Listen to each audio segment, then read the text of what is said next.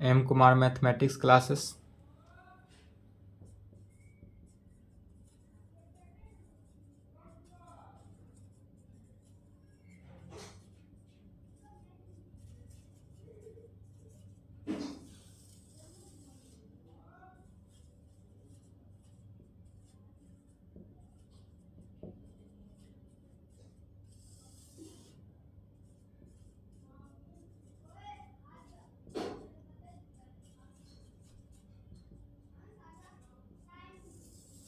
Lecture 1 हुआ class 11th। आज से न्यू टॉपिक शुरू हो रहा है, न्यू चैप्टर। पहला चैप्टर क्या था? Set theory. दूसरा था रिलेशन एंड फंक्शन।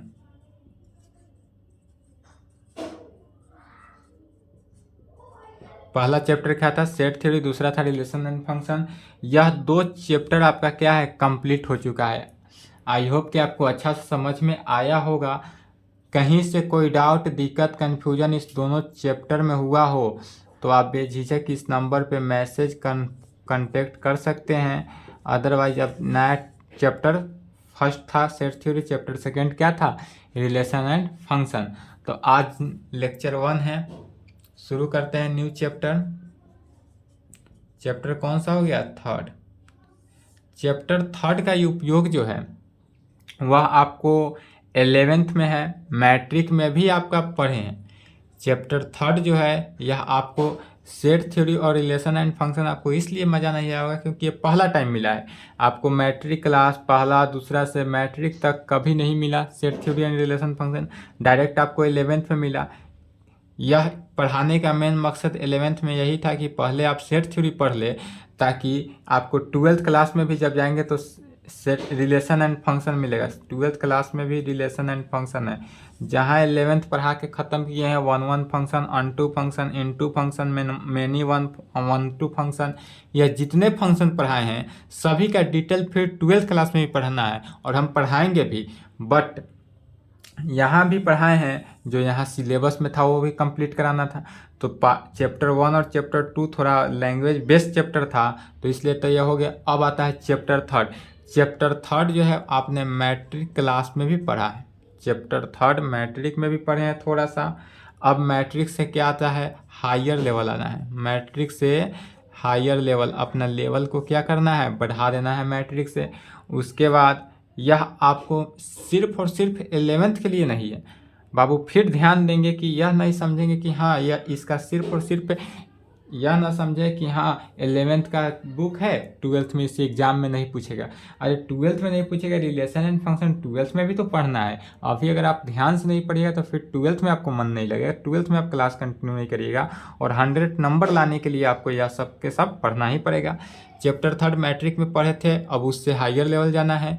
फिर यह चैप्टर थर्ड का प्रत्येक फार्मूला, जितना फार्मूला है सभी के सभी फार्मूला जो है वह जब आप 12th क्लास में जाइएगा तो 12th क्लास में चैप्टर सेकेंड है। यहाँ जो चैप्टर थर्ड है 12th क्लास में जब जाएंगे तो चैप्टर क्लास 12th में चैप्टर सेकेंड मिलेगा आपको। चैप्टर सेकेंड का नाम है inverse trigonometrical function. Inverse trigonometrical function Hindi में कहते हैं प्रतिलोम त्रिकोणमितीय फलन। उसके बाद चैप्टर 5 6 7 8 9 सभी में इसका प्रत्येक फार्मूला का यूज पड़ेगा। यदि आपको फार्मूला नहीं याद होगा तो देख लीजिए कि 12th क्लास में आपको कितना डाउट होगा। 12th क्लास का सिलेबस यह इसलिए बताना जरूरी था कि यदि आप अभी से नहीं अगर इसका फार्मूला पढ़ेंगे, फार्मूला का प्रूफ हम बताएंगे बट फार्मूला का प्रूफ का यूज नहीं है, फार्मूला का यूज है। तो फार्मूला एकदम याद होना चाहिए ताकि आपको 12th क्लास में इतना चैप्टर 2 5 6 7 8 9 इतना यह जो है यह कैलकुलस हो जाता है। कैलकुलस 11th में भी है, 11th में चैप्टर 13 में है। तो 13 चैप्टर है लेकिन यहाँ चैप्टर 5 6 7 8 9 5 चैप्टर में कैलकुलस। कैलकुलस को 5 चैप्टर में बांटा गया है 12th क्लास में, लेकिन 11th में आपको एक ही चैप्टर है। तो यह जो आपको मिलेगा 12th में भी मिलेगा, इसलिए 12th में पढ़ाई नहीं होगा। 12th में चलेगा नहीं, ट्वेल्थ में सिर्फ इसका फार्मूला का यूज होगा। ट्वेल्थ में सिर्फ फार्मूला का यूज होगा, पढ़ना कहाँ है, 11th में। और फार्मूला का जितना भी प्रूफ है सब के सब कहाँ देखना है, 11th में ही देखना है। तो चलिए शुरू किया जाए। चैप्टर थर्ड का नाम है, समझ ही गए होइएगा आप लोग, फिर भी लिखेंगे। चैप्टर थर्ड,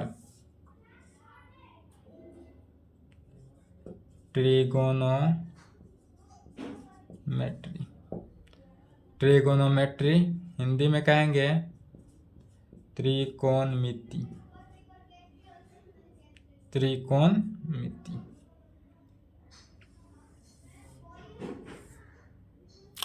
चैप्टर थर्ड का नाम क्या हो गया, ट्रिगोनोमेट्री। हिंदी में क्या कहते हैं, त्रिकोणमिति। यह आपने मैट्रिक क्लास में भी पढ़े थे। सबसे पहले देखते हैं ट्रिगोनोमेट्री जो है इसका नाम कैसे पड़ा। ट्रिगोनोमेट्री ही नाम क्यों पड़ा, कैसे पड़ा, तो यह 3 चीजों से मिलकर ट्रिगोनोमेट्री नाम पड़ा है। क्या चीज से, 3 चीज को कंबाइंड किया गया आपस में, उसके बाद यह नाम पड़ा।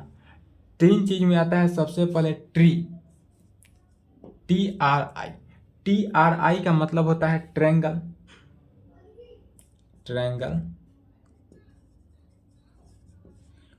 TRI का मतलब क्या होता है, ट्रायंगल पहला, जिसको हिंदी में क्या बोलते हैं, त्रिभुज। हिंदी में बोलेंगे त्रिभुज।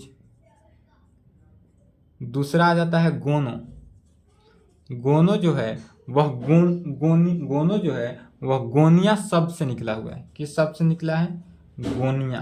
गोनो जो है वह गोनिया शब्द से निकला हुआ है। गोनिया मतलब होता है, गोनिया इंग्लिश में, हिंदी इसका हो जाता है कोन।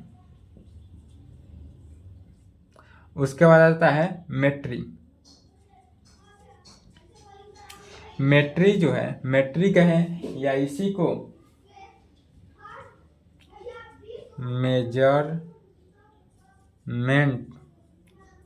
मेट्री कहें या इसी को क्या कह सकते हैं, मेजरमेंट भी कह सकते हैं, या मेट्रॉन भी कह सकते हैं, या मेट्रॉन, या इसको मेट्रॉन भी कहते हैं। और इसका हिंदी होता है माप। मेजरमेंट माने क्या होता है, माप, किसी भी चीज का माप करना। तो ट्रिगोनोमेट्री जो है त्रिभुज, कोण, माप, यह तीनों को मिलाकर बना त्रिकोणमिति।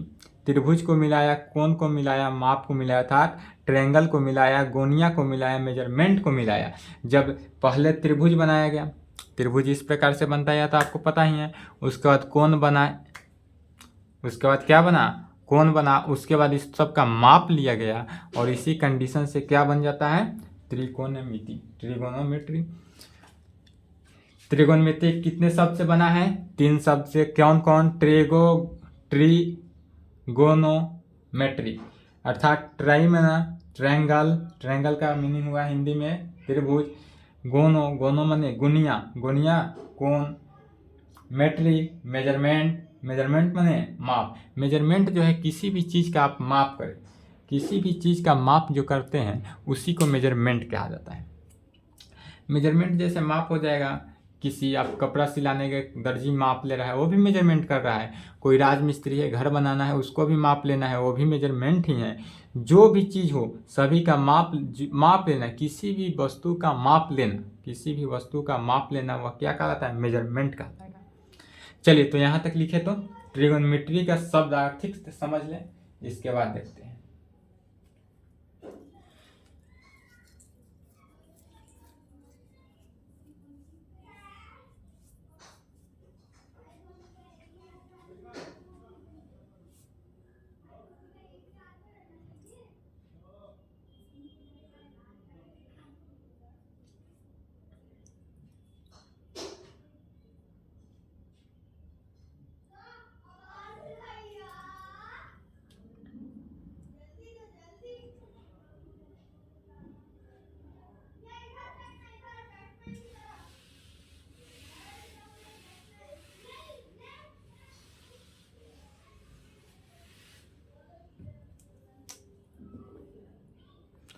चल इसमें अब पहला में आ जाता है माप करना, मतलब कि सबसे पहले जो देखेंगे वह क्या देखेंगे, ट्रायंगल के बारे में पढ़ेंगे।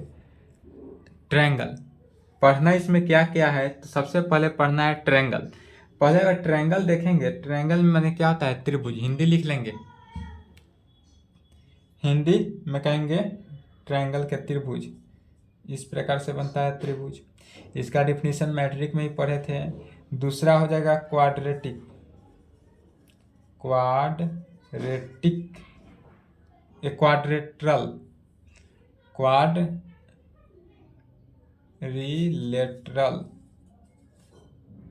हिंदी में कहेंगे चतुर्भुज, इस प्रकार से बनता है चतुर्भुज या चतुर्भुज। तीसरा नंबर में क्या कहेंगे, पॉलीगोन। क्या कहेंगे, पॉलीगोन। पॉलीगोन का हिंदी क्या होता है, बहुभुज। हिंदी में लिख लेंगे पॉलीगोन का बहुभुज। उसके बाद आता है, नेक्स्ट में पढ़ेंगे चौथा में, height and distance. Height and distance, ऊंचाई और दूरी। हाइट एंड डिस्टेंस का मीनिंग क्या हुआ, ऊंचाई और दूरी।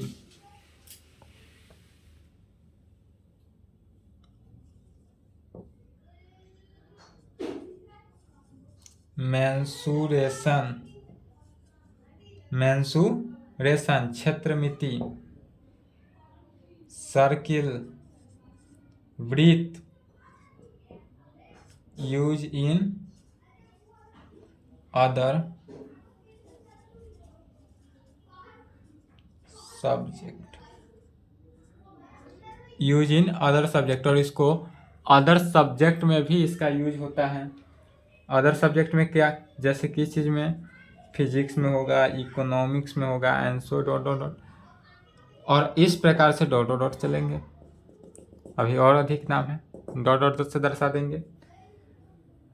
यहाँ तक लिखेंगे।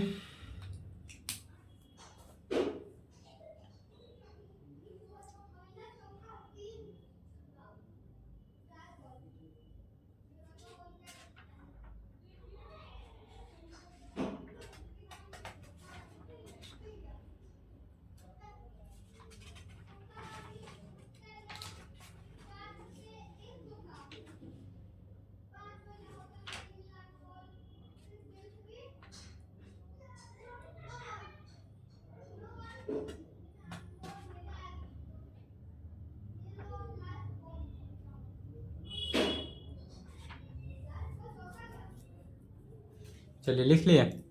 अब देखते हैं इसमें एक्सरसाइज, कितने एक्सरसाइज है और कौन कौन एक्सरसाइज पढ़ना है। सबसे पहले यह ध्यान रहेगा कि क्या क्या पढ़ना है, तो आपको पढ़ने में मजा आएगा कि हाँ इसके बाद नेक्स्ट टॉपिक क्या होगा और अगला टॉपिक क्या होगा। तो चलिए हम सबसे पहले इसमें एक्सरसाइज देख लेते हैं कि ट्रिगोनोमेट्री में कौन कौन से एक्सरसाइज है और कितने एक्सरसाइज है। पहला आपको पढ़ना है एंगल। एक्सरसाइज में सबसे पहले देखेंगे क्या पढ़ना है, एंगल। एंगल के बारे में पढ़ेंगे। एंगल का हिंदी क्या होता है, कोण। सबसे पहले हम कोण के बारे में पढ़ेंगे कि कोण है क्या, एंगल। उसके बाद देखेंगे trigonometrical ratio, trigonometrical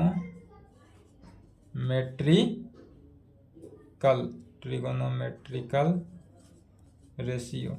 trigonometrical ratio जो है वह आपने मैट्रिक क्लास में पढ़ा था।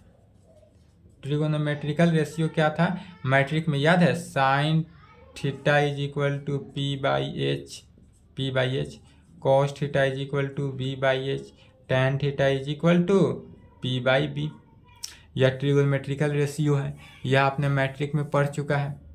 फिर यहाँ और अच्छे से डिटेल से रखना है। तीसरा नंबर में आपका इसके बाद आ जाता है मल्टीप्लाई एंगल। पहले क्या पढ़ना है, एंगल है पहला एक्सरसाइज। दूसरा मिलेगा ट्रिगोनोमेट्रिकल रेशियो, अगला पढ़ेंगे मल्टीप्लाई एंगल। उसके बाद पढ़ना है सब मल्टीप्लाई एंगल,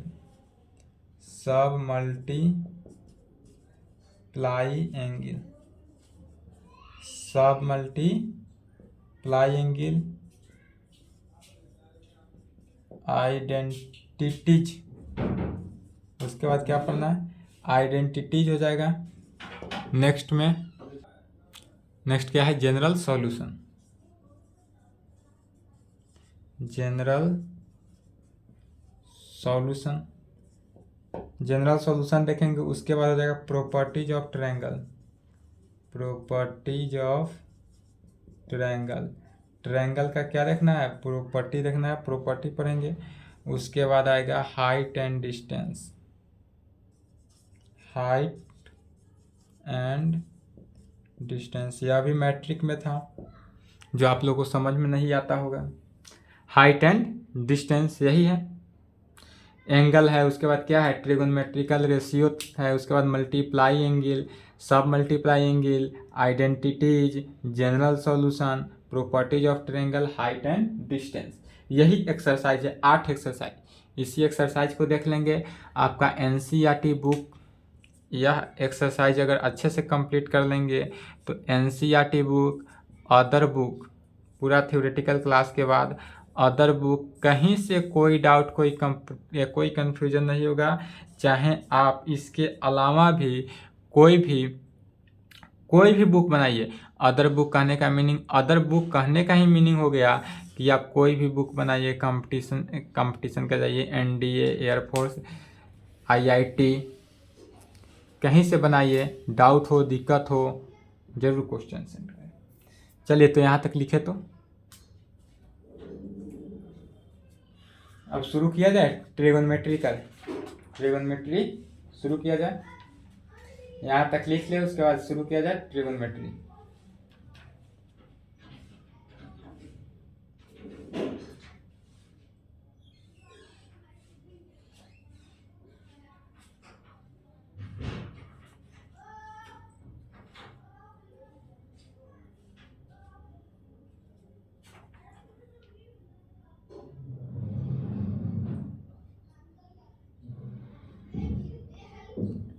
चलिए, लिख लिए। नहीं लिखे तो वीडियो रोक ले, वीडियो को रोक लेंगे। अब पहला नंबर से देखते हैं। पहला में क्या था, एंगल। अब शुरुआत करते हैं एंगल से कि एंगल किसे कहेंगे, हिंदी में कहेंगे एंगल का कोण। टॉपिक डाले एंगल।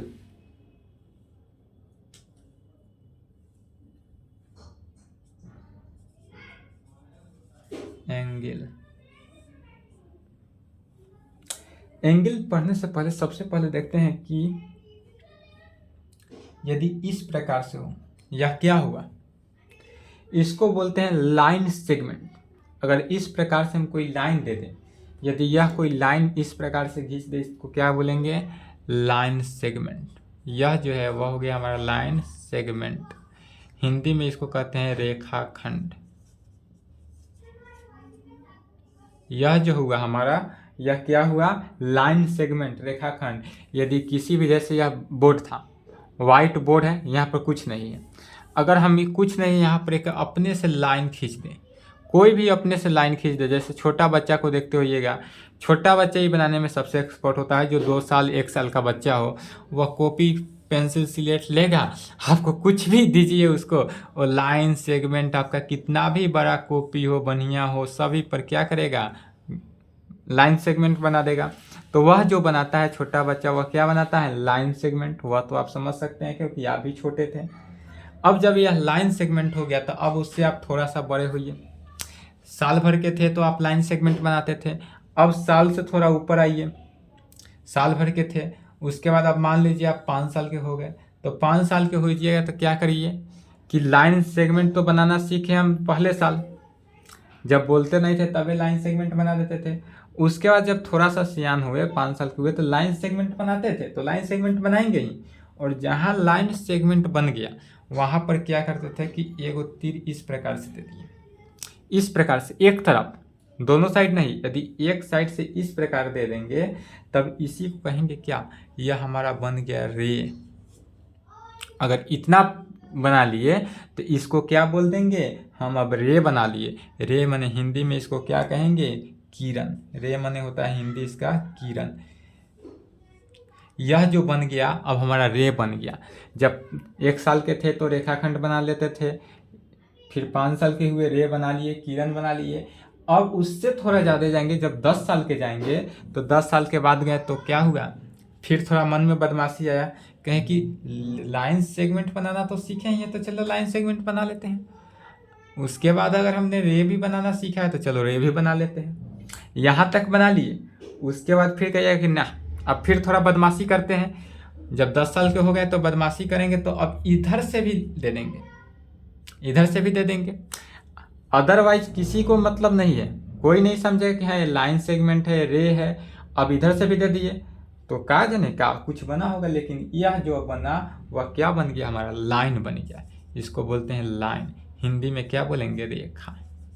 अब जो बना हमारा यह क्या बना, लाइन बना, अर्थात रेखा हिंदी में बोलेंगे। तो जब दोनों तरफ से तीर का इस प्रकार से साइन दे दिए तो हमारा यह क्या बन गया, लाइन बना, अर्थात रेखा बन गया। तो जब पहला साल थे तो क्या बदमाशी किए थे कि लाइन सेगमेंट बनाते थे। अभी भी देखिएगा छोटा बच्चा लाइन सेगमेंट बनाएगा। थोड़ा और बदमाशी किए तो रे बना दिए, किरण बन गया। दोनों तरफ से अगर मुंह दे दिए तो क्या बन गया, लाइन बन गया, अर्थात इसको क्या बोलेंगे, रेखा हो गया। यह जो बना हमारा रेखा बना। तो एंगल, एंगल माने होता है कोण। अब इसका डिफिनीशन लिखेंगे तो कहेंगे the geometrical figure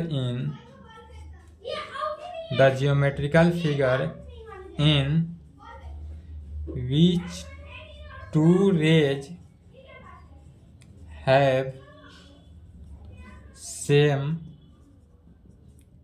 initial point is called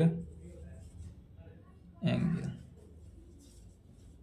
क्या कहेंगे, the geometrical figure in which two rays have same initial point in is called angle. जो same initial point, initial point किसे कहते हैं, तो जहाँ से कोई वस्तु जो है वह चलना प्रारंभ किया। यदि यहाँ से कोई वस्तु चलना प्रारंभ किया तो यह हमारा क्या हुआ, इनिशियल पॉइंट हुआ। तो उसी को बोल रहे हैं the geometrical figure in which two rays have same initial point is called angle. चले यहाँ तक क्या करेंगे, लिखेंगे इंग्लिश में और हिंदी में लिख लें। अगर आपका हिंदी मीनिंग है तो हिंदी भी लिखे और साथ साथ इंग्लिश भी लिख ले, ताकि आपको आगे चलकर कोई परेशानी ना हो। आगे आप जाइएगा आईएससी के बाद ग्रेजुएशन में आपको हिंदी से कम लगा होगा, इंग्लिश पर फोकस देना होगा। इसलिए अभी से इंग्लिश पर भी ध्यान देते चलना है। अगर आपका हिंदी मीडियम है तो कोई बात नहीं, हिंदी तो चलेगा ही, लेकिन इंग्लिश भी लिखेंगे और हिंदी में लिखें। वह ज्यामितीय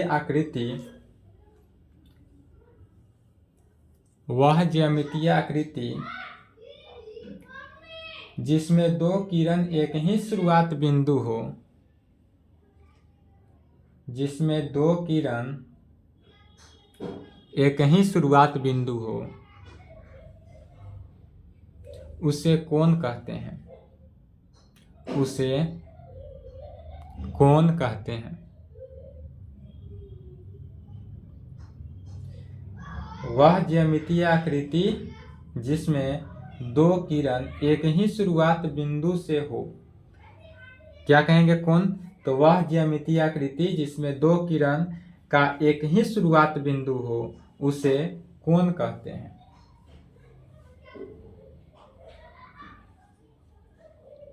चलिए लिख लिए।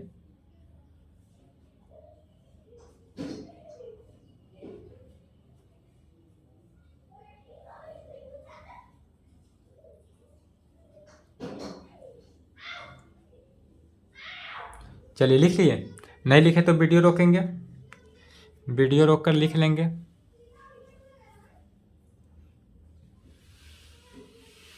अब जैसे कि देखेंगे एग्जाम्पल के थ्रू आप समझेंगे। एंगल का हमने डिफिनीशन क्या दिए कि the geometrical figure in which two rays, दो रेज जो है वह सेम इनिशियल पॉइंट से चलना है। सेम इनिशियल अगर पॉइंट से चल रहा है तो ऐसे देखेंगे कि हमने यहाँ से, जैसे एग्जाम्पल में देखते हैं, यहाँ से हम क्या किए, एक रे बना दिए। यह क्या हुआ, रे, किरण बना। क्या किए, यहाँ से एक किरण बना दिए। जहाँ से कोई चलना प्रारंभ किया, कोई व्यक्ति, अगर मान लीजिए आप अपने घर से क्लास की तरफ जा रहे हैं तो घर से जो चलना प्रारंभ किए वो आपका क्या हो गया, इनिशियल हुआ।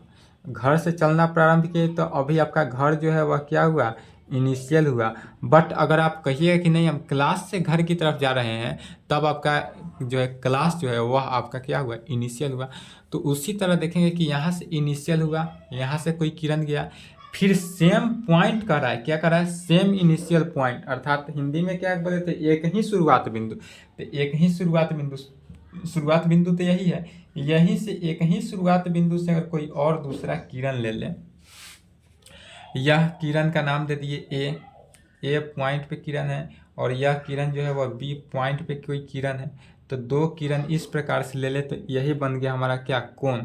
और यह जो बना यह इनिशियल पॉइंट चल रहा है, इनिशियल है अर्थात यहाँ पर क्या हुआ, जीरो। यहाँ से कोई चलना प्रारंभ कर रहा है तो इनिशियल पर क्या होता है, जीरो, ऑलवेज इनिशियल जीरो होगा, तो यहाँ पर क्या हो गया हमारा, यह जीरो हुआ। अब यह जीरो जो हुआ, अब इस जब एक पॉइंट से या कोई पॉइंट है और एक ही पॉइंट से दो किरण अगर निकल रहा हो, तब इस पॉइंट को क्या कहते हैं, इस पॉइंट को कहते हैं वर्टेक्स। यदि ध्यान से समझेंगे, यदि कोई बिंदु हो, एक पॉइंट हो और इसी पॉइंट से दो लाइन जाता हो, अगर एक ही पॉइंट से दो लाइन जाता हो तो इस पॉइंट को क्या कहते हैं, वर्टेक्स। तो यह जो पॉइंट हुआ, यह पॉइंट हमारा क्या कहलाएगा, वर्टेक्स। यह जो हुआ हमारा क्या हो गया, वर्टेक्स। और वर्टेक्स को हिंदी में क्या बोलते हैं, शीर्ष। वर्टेक्स को हिंदी में बोलते हैं शीर्ष। और यह जीरो हुआ। अब देखेंगे क्या कि इसमें पहला नंबर लिखेंगे, पहले समझ ले उसके बाद लिखेंगे, कहेंगे ओ ए ओ बी, ओ ए जो है ओ ए और O B is equal to arm है या साइड है। क्या हुआ, ओ ए और ओ बी जो है वह आर्म हुआ या साइड हुआ, या दूसरा में कहेंगे कोण या कोण, हिंदी में कहेंगे क्या, कोण ए ओ बी। यह जो कोण बना, हिंदी में कहेंगे कोण ए ओ बी। यह जो यहाँ से कोण ए ओ बी बना, यह कैसा कोण बना, कोण ए ओ बी कहें, या इंग्लिश में कहेंगे angle A O B. Angle A O B meaning वही हुआ, एंगल ए ओ बी। यह जो कोण बना हुआ है, वर्टेक्स जो है ऑलवेज क्या होगा, बी में ही होगा। या सिंबॉलिकल कोण को इस प्रकार से डिनोट किया जाता है, सिंबॉलिकल कोण को इस प्रकार से डिनोट किया जाता है, हल्का देखेंगे, फैक्टोरियल को इस तरह से डिनोट करते हैं, या इस तरह से फैक्टोरियल को डिनोट करते हैं, बट कोण को इस प्रकार से डिनोट करते हैं, ठीक है, हल्का तिरछा, लेस देन भी नहीं, लेस देन इस प्रकार होता है, या थोड़ा सा तिरछा मान के चल सकते हैं, यह जिस प्रकार से उसी प्रकार से, तो यह क्या हो गया, कोण, एल की तरफ तिरछा लाइन दे देते हैं, कोण, यह हुआ कोण ए ओ बी, इस प्रकार से भी लिख सकते हैं। इसका मीनिंग क्या हुआ, यह हमारा कोण ए ओ बी है, या कोण ए ओ बी कहें, या कोण बी ओ ए भी तो हो सकता है, या कोण बी ओ ए है। क्या है यहाँ पर, यह जो है कोण ए ओ बी है या कोण बी ओ ए है, दोनों तरफ से यह क्या है, कोण ही है, या इसी को डायरेक्ट कोण ओ भी कह सकते हैं, या कोण ओ भी कह सकते हैं। इस पूरे शीर्ष को से क्या कह सकते हैं, इसमें से कोई भी कह सकते हैं।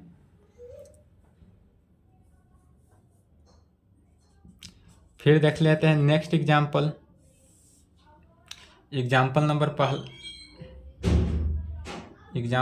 चलिए दूसरा एग्जाम्पल देखेंगे। यदि एक पॉइंट है, इस पॉइंट से हमने क्या किया, दो किरण ले लिए, पहला किरण दूसरा किरण, यह जो मिला यह हमारा क्या हुआ, वर्टेक्स हुआ। इनिशियल पॉइंट ओरिजिन ओ पर, इनिशियल हुआ क्या, हाँ ओ पर, इसका नाम दे देते हैं बी लाइन और इसका नाम दे देते हैं ए। यह किरण ए हुआ, यह किरण बी हुआ।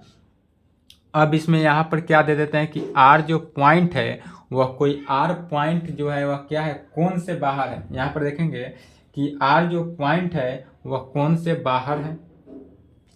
क्यू पॉइंट यहाँ पर दे देते हैं, क्यू पॉइंट जो है वह क्या है, आर पे है। क्यू पॉइंट जो है वह किस पे है, इसमें। और एक अंदर पॉइंट देते हैं पी, जो क्या है, एंगल के अंदर है। तो इससे क्या क्या निकलता है रिजल्ट, इससे पहला रिजल्ट यह निकला कि यह जो पी है, पी वह क्या है, तो इनसाइड जो है वह क्या है, द एंगल, यह P जो है वह इनसाइड द एंगल, एंगल के बीच में है, तो कहेंगे P is equal to inside the angle. P जो है वह क्या है, तो इनसाइड द एंगल। Q जो है वह कहाँ पे है, तो Q जो है वह बी रेखा पे है, बी रे पे है, बी रे माने बी किरण पे है, बी किरण पे जो है वह ई है, तो इसको क्या कहेंगे, lies on angle, lies on angle, क्या कहेंगे, लाइज ऑन एंगल। एंड तीसरा में आर जो है वह कहाँ पे है, तो वह आउट ऑफ साइड है, तो कहेंगे outside the angle, outside the angle. R क्या है, तो आर जो है वह आउटसाइड ऑफ द एंगल है, आर आउटसाइड एंगल है। चलिए तो आज के लिए इतना ही, फिर नेक्स्ट क्लास में यहाँ तक पढ़ेंगे, कंप्लीट कर लेंगे। अब इसके आगे जो टॉपिक है वह नेक्स्ट क्लास में चलेगा। और आज से आपका क्लास जो है वह अधिक मिनिमम 30 मिनट, मैक्सिमम 35 मिनट, इसी के बीच में आपका क्लास होगा, इससे अधिक क्लास नहीं होगा। कभी कभी हो सके बट ऑलवेज नहीं होगा। कितना देर का क्लास चलेगा, 30 से 35 मिनट, इससे ज़्यादा आपका क्लास नहीं चलेगा। यहाँ तक लिख ले, कंप्लीट करें, पढ़े, जितना भी ट्रिगोनोमेट्रिकल हुआ, रिलेशन फंक्शन जो पढ़ा है उसको भी रिवीजन करते रहे, सभी पे फोकस करते रहें, अच्छा से आपका एग्ज़ाम क्लियर होगा, पढ़ाई भी अच्छा से कर पाइएगा। चलिए तो यहाँ तक लिख लें।